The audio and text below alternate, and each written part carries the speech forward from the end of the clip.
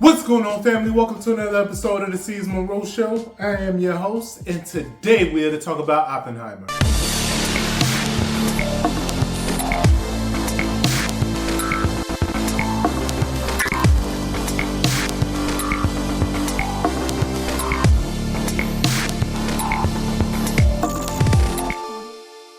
This is a national emergency. Detonator charge.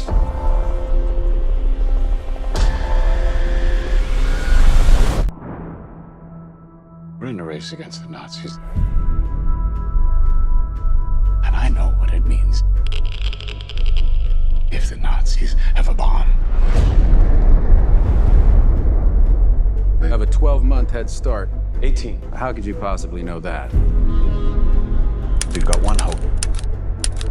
All America's industrial might. So Oppenheimer was that 2023 film that landed on my spot around 11, so it didn't make my top 10, but it was there. And I was very excited about this film. It's a World War II film. It's Christopher Nolan. It's 3 hours long. That's just what I want. That's what I need right there, right? Going into this movie, I was excited because it was all this big talk about having this IMAX experience, PLFs, which is premium large formats. Like, it was just a big deal, right? Going into this film, I thought that I would be seeing a lot more, I don't want to say action because that's not the word, but just more imagery, bigger imagery. This is a drama film at the end of the day, right? And for me to go see a drama film and recommend it to people for the PLF experience, there should be visually stunning, it should be sound-wise stunning, but this movie is 93% dialogue. It's just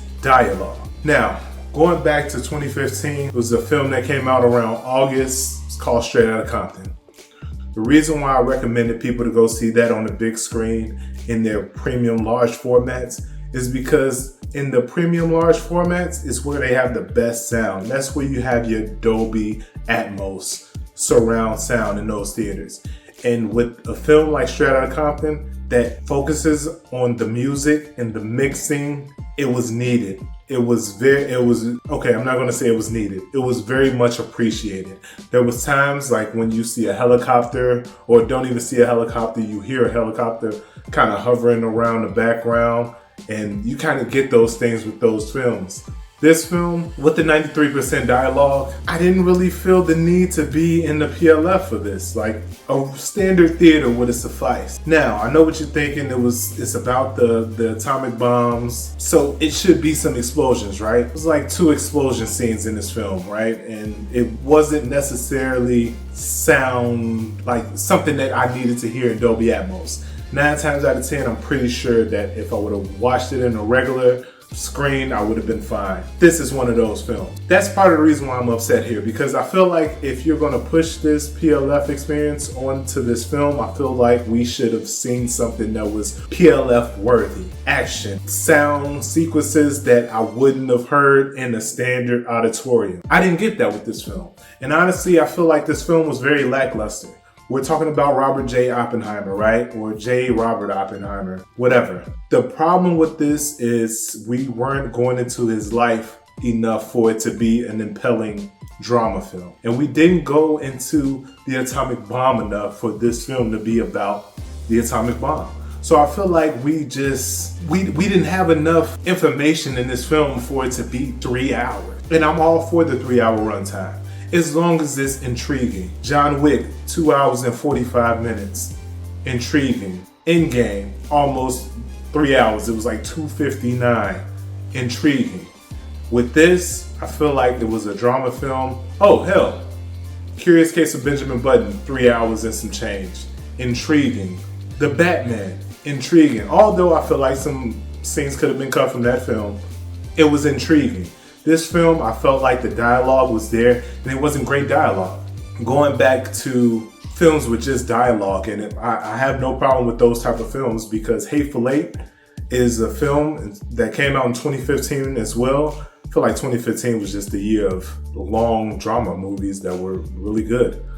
Either way, Hateful Eight had this, it was I want to say 95% dialogue in this film. It wasn't a lot going on, but the dialogue was so intriguing, it didn't feel like it was that long of a film.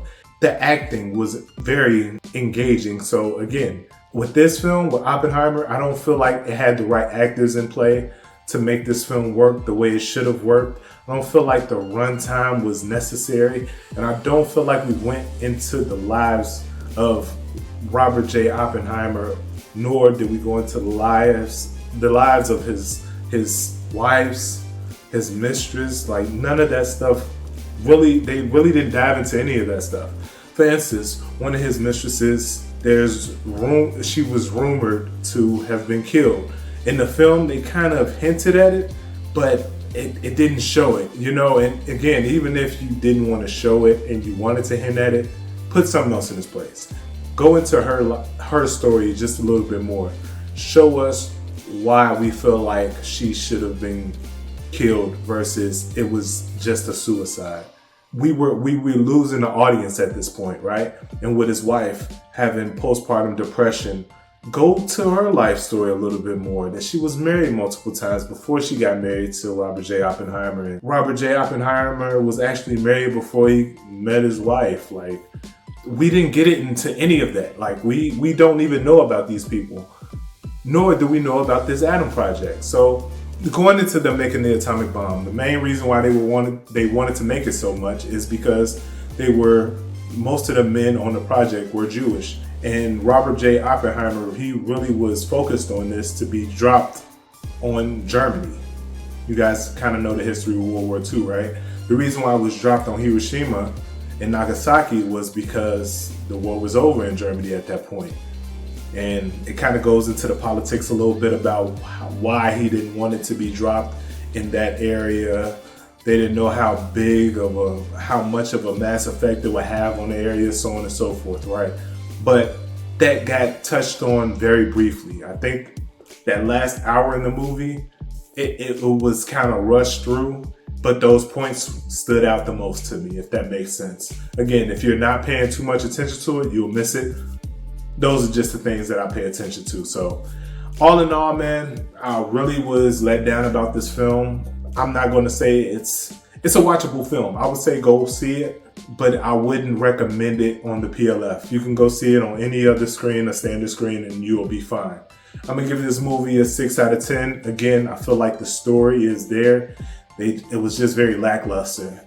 Visually, the cinematography was there, but again, there was nothing there for you to actually be intrigued with the storyline. Like, it was beautiful scenes, but it was nothing that stood out to you as far as the conversation, as far as the meaningful impact behind these people. And I feel like that was another thing. We didn't go into the importance of each individual, kind of like when you see these films, like a Straight Outta Compton, and they kind of introduce these characters. They give you a tagline of what this character's name is, so on and so forth. Or in some films, they'll give you the tagline of what the character's name is, as well as their history or their role, right? This film didn't do that and just kind of threw these people in here and was like, hey, you guys figure it out on your own, or you should know who these guys are. And honestly, nobody knows, right? The biggest name in this film is not even the main guy from the film. So when people try to insinuate that we should know these guys, I feel like that's a slap in the face, because I promise you, if you throw a rock in the crowd, you can probably hit someone and they still won't know who these main characters of this film actually are. So I feel like they kind of messed up on that as well. Christopher Nolan, you're still incredible, but I feel like this was a miss. Again, 6 out of 10 because I say go watch it, but it's not a necessity, right?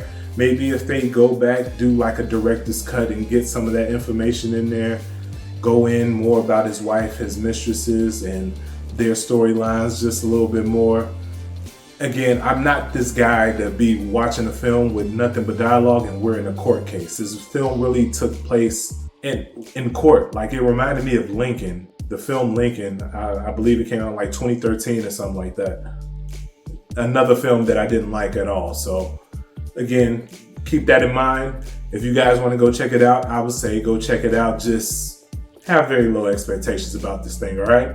I appreciate y'all for tuning in. Don't forget to like, subscribe, hit that notification bell, and we're almost there, guys. We're almost to that 300 mark. I appreciate y'all for tuning in again. I'll see y'all next time. Peace.